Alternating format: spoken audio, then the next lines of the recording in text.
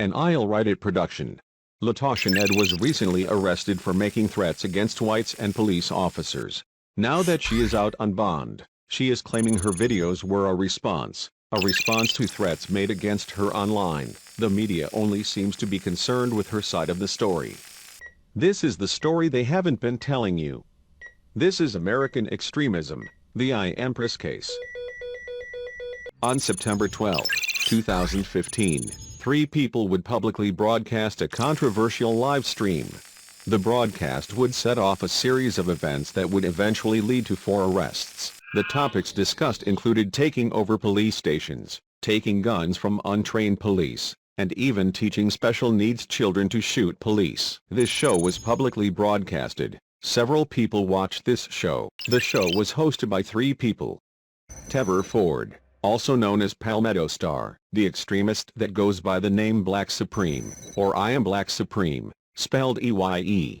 And finally Latausha Nedd, who goes by Eye Empress Sekhmet, the woman who would later be arrested. There are also 2 additional parties watching the live stream. The Illwriteit team, known as IWI, is recording the show because it was promoted as FYF 9/11 by Palmetto Star. A group known as No Thieves Allowed begins watching the show after it starts. They will later stream the live show over their own channel. Now, before we play clips from the video, let's take a closer look at the people involved. Palmetto Star, the man on the right in the video, has been involved with extremist movements in the past. In May of this year, he takes place in the controversial Eric Shepherd Challenge. Participants stepped on an American flag. Eventually, Illwriteit put an end to the Eric Shepherd Challenge. In July, with the assistance of other former members, Palmetto Star formed the FYF 9/11 movement. They burned American flags and promoted hate for whites and police officers. This movement would later be responsible for threatening a veteran's pregnant wife. The same movement would then call for the killing of cops and whites. He has connections to other controversial extremists. In this video published May 22, 2014, you can see Palmetto Star with King Noble. It was King Noble who would declare open season on police and white people, just a week before on Palmetto's FYF 9/11 radio show. It's its open season on killing whites and white police officers. It is at this point that the Illwriteit team deals a crippling blow to the FYF 9/11 movement. They legally purchase and take control of Palmetto Star's and King Noble's sites. They lose communication and massive interest, a day before their event on September 11th.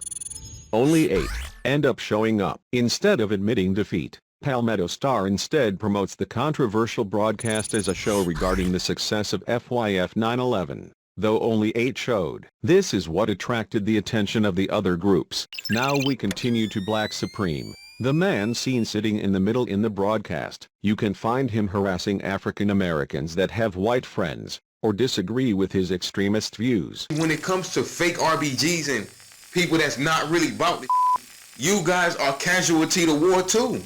That's right. In Harriet Tubman days, that double barrel would have been straight in your noggin. Y'all know who I'm know what you mother taught me though? Yeah, you mother that turned y'all backs and when it comes time to war, when it comes time for that pop off moment, y'all gonna be the first ones to go. That's right.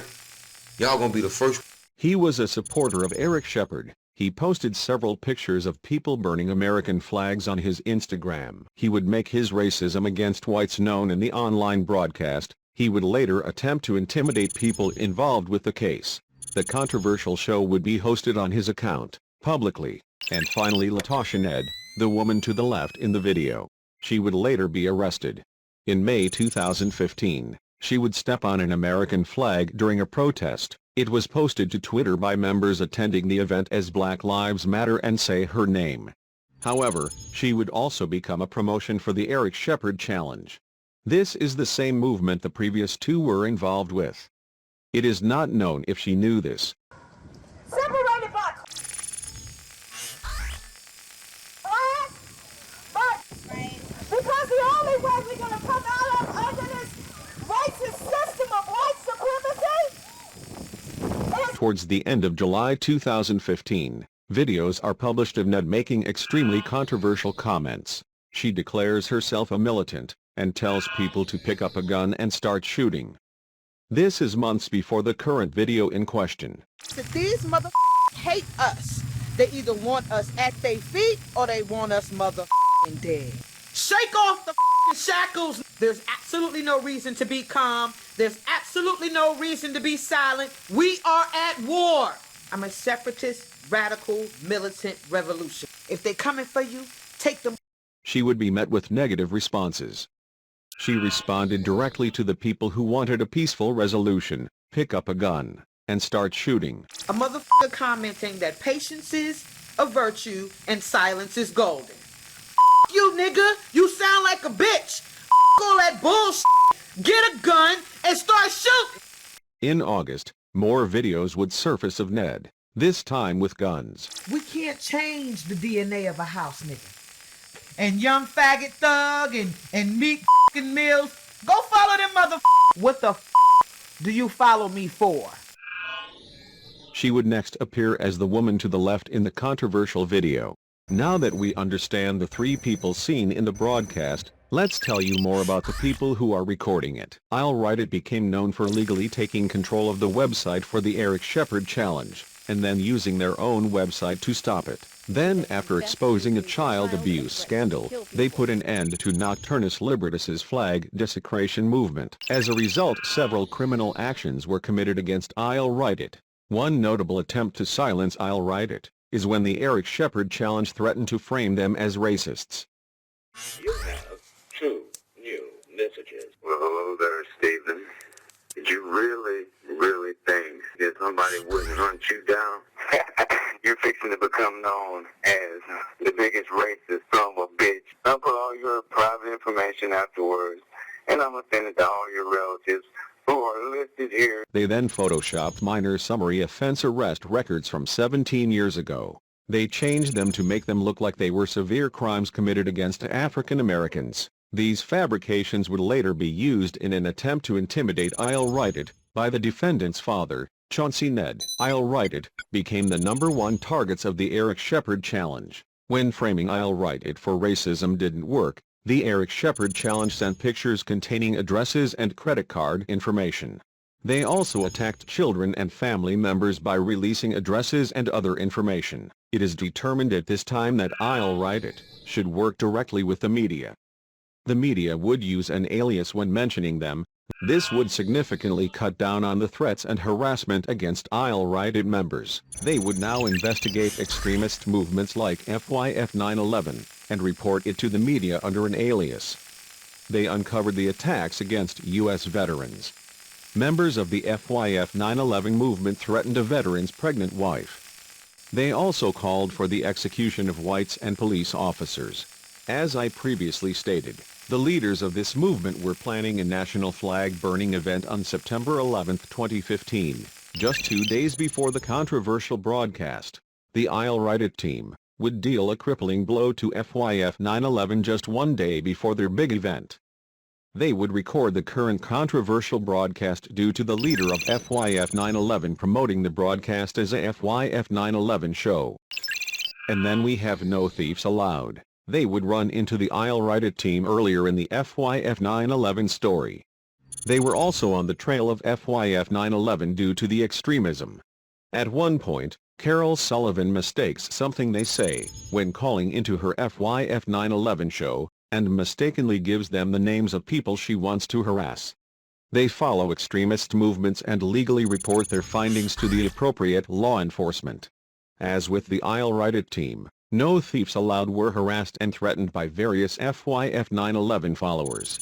Palmetto Star, the man to the right in the video, would actually threaten to cut their heads off during the live stream. They would also record the controversial live stream for the same reason Illwriteit did. The show was promoted as FYF 9/11. They would report the show to the police and provided the initial evidence.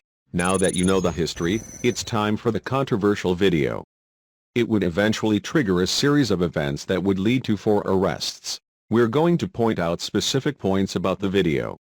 Pay careful attention to them. We'll later use them to prove the defense wrong. It is obvious from the start that the person hosting the show was confused, as seen in these clips taken from the beginning. He didn't know what he was doing. and I'm gonna go ahead and let her break that down.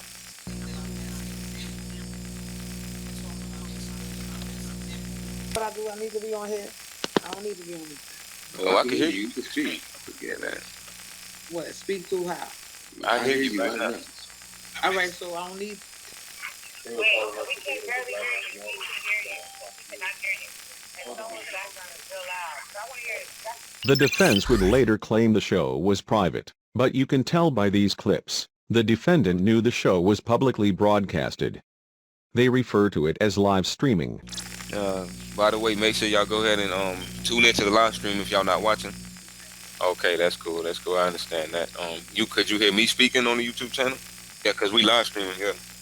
Okay, for the live streamers that let me know whether or not y'all heard that, cause I tried my best. Black Supreme also mentioned a YouTube channel, essentially admitting he knew this video was being publicly broadcasted on YouTube. We told you earlier Palmetto Star advertised the show as FYF 9/11.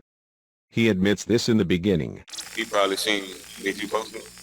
Well, yeah, I did post it. Okay, so alright. So you coming through? Okay. This attracted a crowd of people who were upset with the extremism behind FYF 9/11. The first person to call the show and confront the hosts about King Noble, a member of FYF 9/11, would be African American, not white as the defense would later claim. Latausha Nedd would denounce King Noble, which would lead to an argument. What was the question the brother had when he said something about King Noble? The Black Lives Matter movement, we are not connected to. The Black Lives Matter movement are integrationalists. We are not integrationalists. No, honestly. Number one, we not even, King Noble not even in our squad. In our state of mind, King Noble will be a casualty of race cleansing. An argument starts with the first caller, whom is African American. Y'all want to deal with this? I'll talk about this because y'all want to deal with this real quick? Because you rock with him? Y'all want to deal with this? This is when Latausha Nedd walks away temporarily. The argument continues between Palmetto Star and the caller about King Noble. That's what I'm saying. People get stuck. People get stuck on that word, right? That's how they gonna hear you. Go ahead, brother. Let them know what you're trying to say. What I'm saying is, I understand. Let me see. Let me let them know real quick. Brother, check it out. Brother, check it out. As you can hear, an African American caller gets upset with Palmetto Star. Palmetto Star is trying to justify a rape comment made by King Noble. Brother, like, okay, brother. He getting emotional because I don't know, man. Okay, check it out. Hold on. Let's get some order in here right quick. You know what I'm saying? If people got opinions they want to express, that's cool. Like, this is not my fault. But we mad? You mad because of what we said about King Noble? I believe someone got, mad because we dealt with a certain situation that the brother said. Who was it? Honestly, I don't know. Though they boot the caller off the phone, more people go back and forth. This is when someone would call someone a cracker.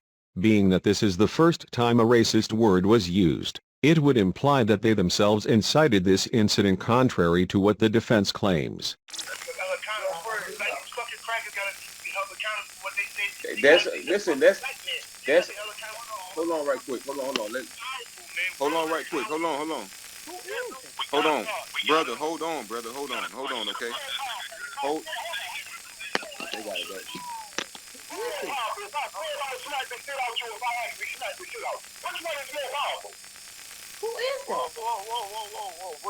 Hello? No, we got it. We took care of that. So brother, what you had to say now? Out of hand, because someone mentioned something about King Noble, and then we dealt with that, and then I guess someone got offended. You feel me? But that's what happens. Now that you know how it started, are you ready to see the controversial parts? Are you ready for previously unreleased footage? Part 2 of American Extremism, the Eye Empress case, will be released November 16, 2015. Stay tuned, and be safe, America.